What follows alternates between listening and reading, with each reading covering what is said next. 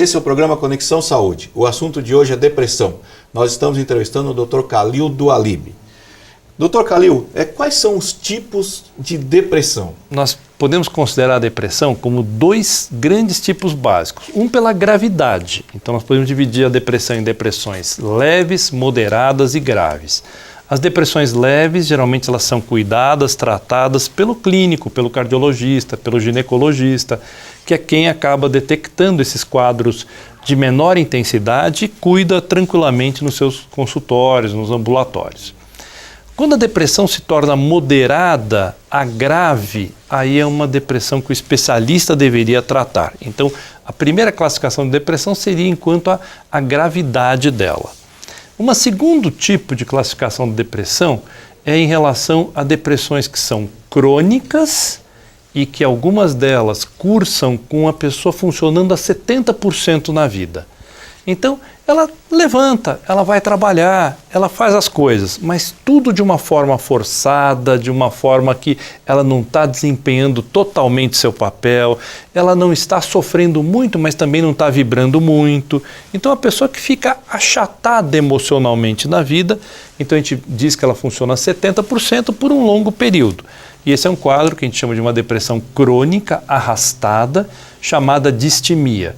Ela é muito frequente, as pessoas se adaptam a ela pode durar anos e a pessoa convive com pessoas desse jeito.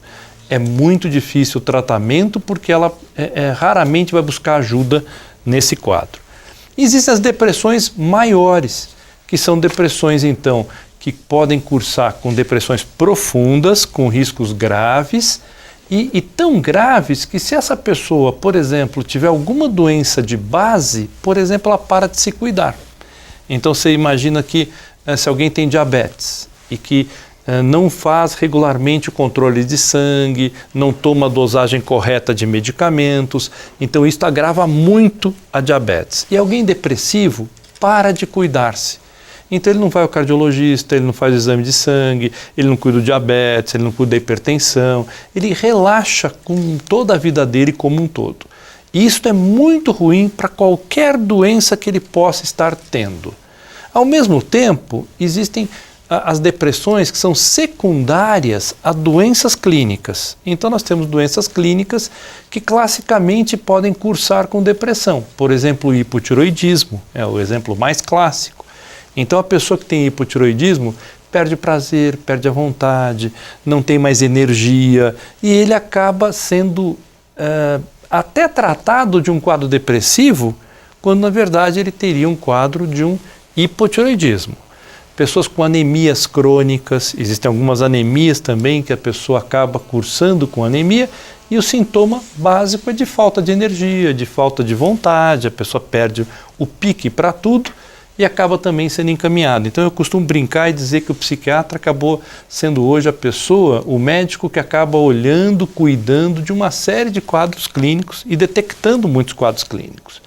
Além de outras doenças clássicas.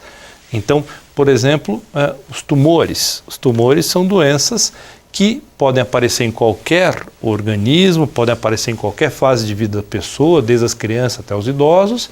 E esses tumores, eles acabam cursando muitas vezes com depressão. Então, algumas vezes o psiquiatra também é aquele que acaba fazendo esse primeiro atendimento ou até muitas vezes o diagnóstico de quadros de tumores, porque eles podem cursar com depressão. Agora, o senhor mostrou a complexidade toda desse quadro, aí vem uma pergunta. Quem pode, com segurança, diagnosticar se o indivíduo está com depressão ou não? Eu acho que o melhor diagnóstico é feito pelo médico. Então, que médico pode fazer esse diagnóstico? O que a gente tem feito no estado de São Paulo como um todo é tentar treinar os médicos generalistas, os clínicos, os ginecologistas, os cardiologistas, os geriatras, para que eles detectem sintomas de depressão.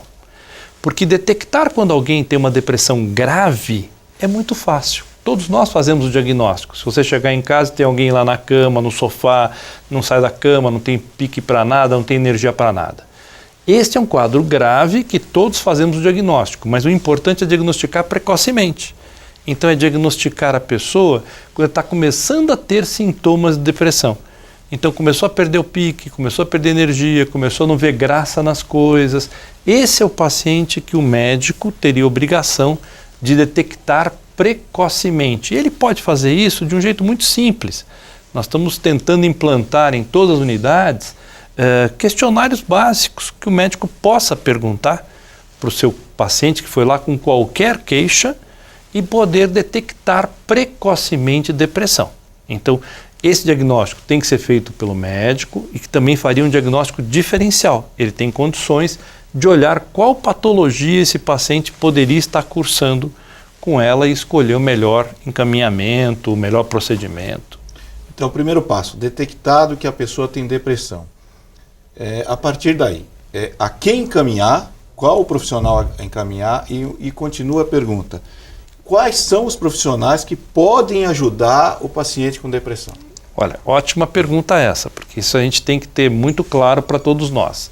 O primeiro diagnóstico é médico. Se for diagnosticada uma depressão, se ela for uma depressão moderada a leve, esses quadros podem ser tratados pelo clínico, pelo generalista e com uma mudança de vida, indicação de psicoterapia, essa pessoa ser encaminhada para mudança de hábitos de vida, como por exemplo atividades físicas, que nós sabemos que é extremamente importante para a produção de endorfina, para a melhora de qualidade de vida, e essa pessoa melhora muito. Então, psicoterapia, atividades físicas e medicação se for necessário, isso tudo pode ser feito em depressões leves a moderadas. Depressões moderadas a graves, essas precisariam ser tratadas pelo psiquiatra, porque aí exigiriam uma medicação específica, e aí, além disto, a psicoterapia e a atividade física são fundamentais em qualquer tratamento na linha da saúde mental. Onde a família ajuda e onde a família atrapalha? Só que você não vai responder agora. Nós vamos para um rápido intervalo e voltamos já.